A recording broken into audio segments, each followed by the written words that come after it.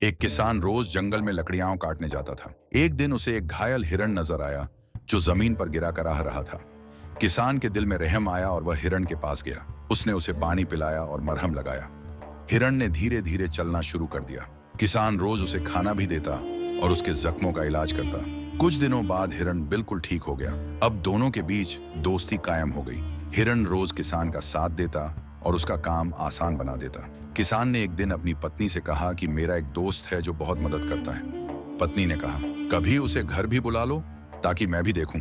अगले दिन किसान हिरण को अपने घर ले आया।